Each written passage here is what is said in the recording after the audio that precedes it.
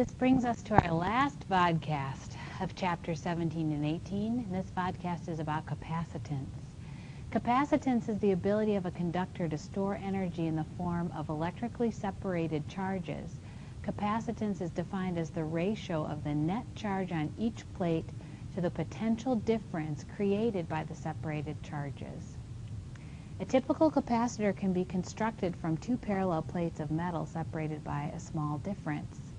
Now, while it is possible to have a plate that has a net positive charge and then have another plate that's a net negative charge, a more realistic scenario would be to take a voltage source like a battery that has a positive terminal and a negative terminal, and then to hook that battery up to our parallel plate capacitor. And what the battery really does is it acts like an electron pump. So that if we were to start with plates that were electrically neutral, so just pretend this isn't here for a moment, what our electron pump would do is it would take negative charges, electrons, and it would pump them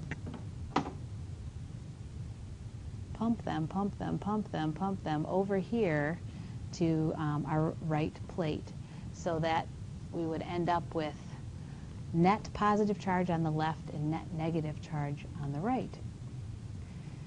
Capacitance is defined as the magnitude of charge on each plate divided by the potential difference.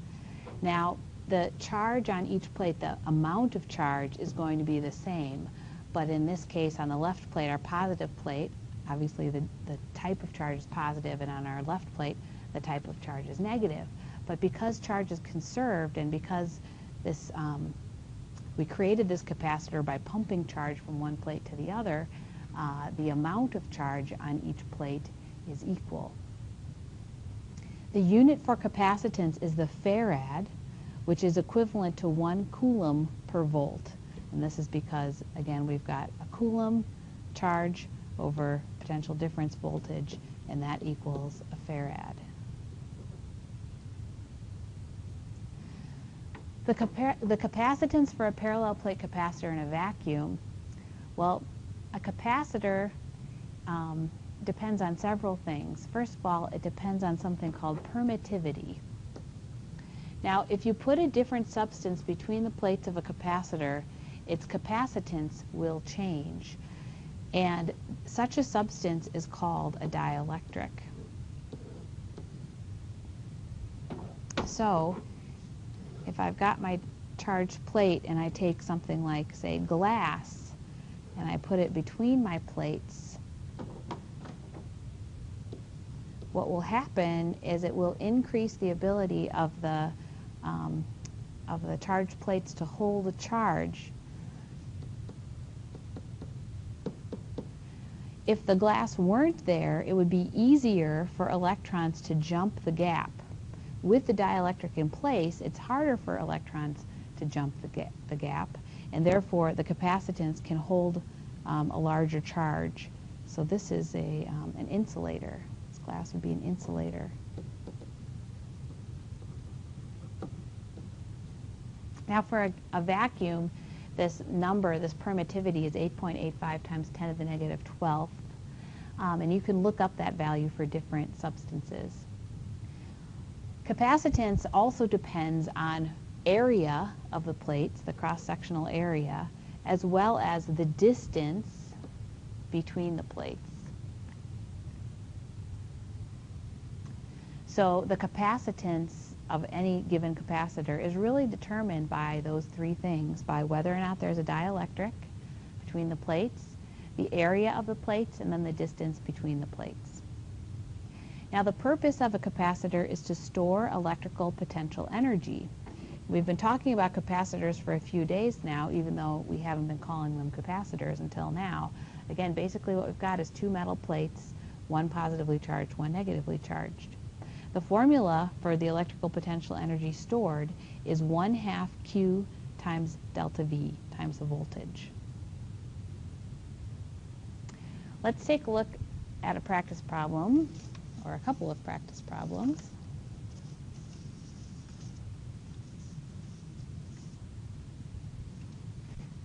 12-volt battery is connected to a 6 picofarad parallel plate capacitor. What is the charge on each plate? So we're going to use our C equals Q over V, and we're solving for Q.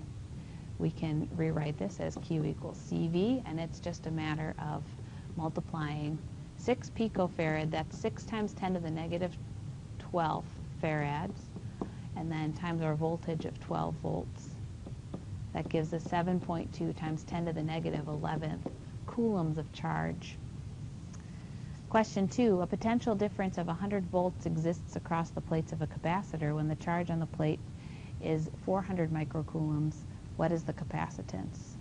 Again, this is just a matter of plugging in and solving for the capacitance, because capacitance is determined by charge and voltage. So if I take 400 microcoulombs, that's 400 times 10 to the negative 6th divided by 100 volts.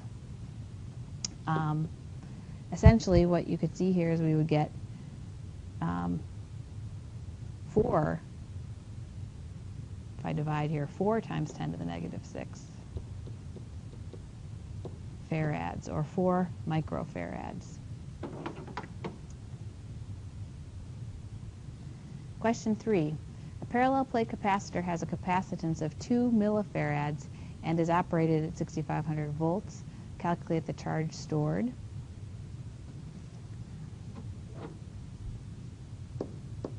Once again, we've got a capacitance, 0.2 times 10 to the negative 3rd farads. We've got a voltage, 6,500 volts.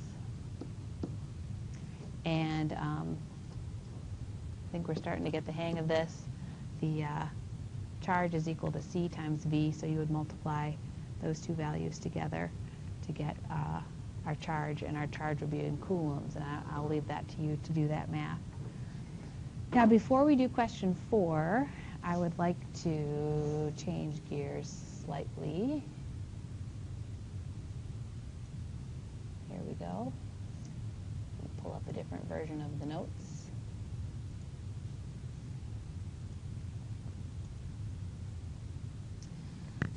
Let's take a moment before we look at that other example and combine our formula for electrical potential energy stored in a charged capacitor with Q equals CV. If we substitute in C delta V for Q, then we would get that electrical potential energy is equal to 1/2, and then instead of Q, I'm going to write C delta V, and then I'd have another delta V. So basically,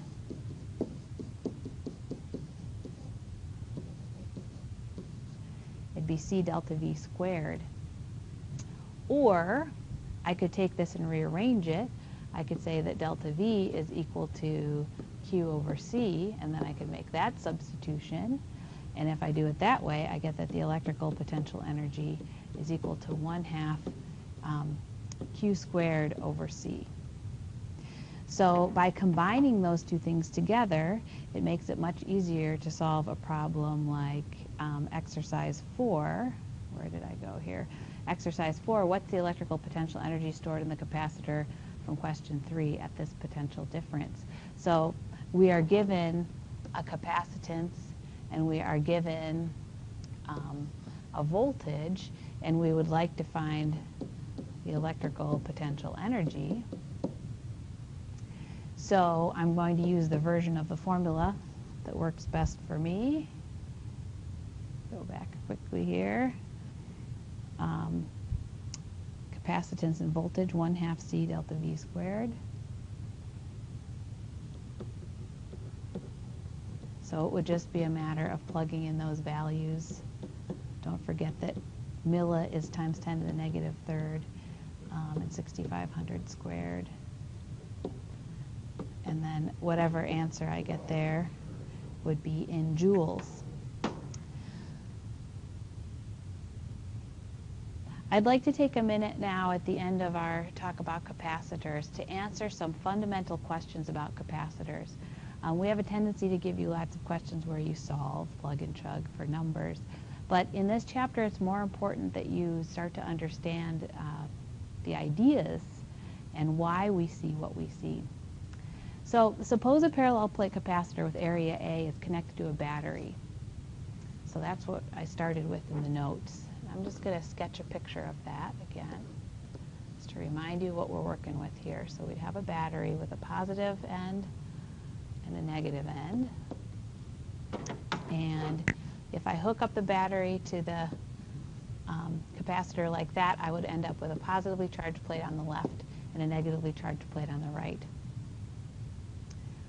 Okay, so the first question is, what happens to the capacitance when the plates are pulled farther apart? Okay, so the capacitance is based on the physical properties of the capacitor, whether or not it has a dielectric, the cross-sectional area of the plates, and the distance. So what happens when the distance increases? Well, if the distance increases, the capacitance decreases. Okay, let's look at question 2. What happens to the capacitance when the plates are pushed closer together?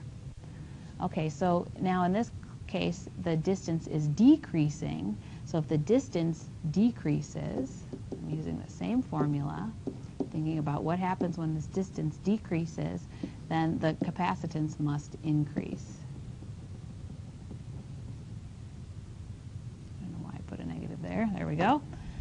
3, what happens to the voltage across the capacitor when the plates are pushed closer together? Okay, now this is a question that you'll see, and in this case, it's important to think about my setup, my assumptions, and I think we've all run into lots of strange assumptions in physics before. In this situation, we've got the battery continuously hooked up to the capacitor, which means that the voltage remains constant.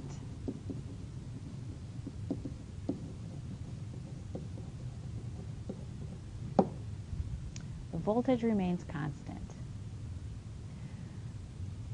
because the voltage of the battery is what determines the potential difference across the plates. So if this is a 1.5 volt battery, like most D cells are, then the potential difference across the plates is 1.5 volts. That's what the battery is able to maintain. What happens to the charge stored on the plates when the plates are pushed closer together? Well, now we have to put two ideas together. We have seen that when the plates are pushed closer together, the capacitance will increase. We've also seen that the voltage is constant. So now we need to go back to our formula for capacitance, that capacitance is equal to Q over V, or Q equals CV. So if the capacitance increases and the voltage is constant, the charge will increase.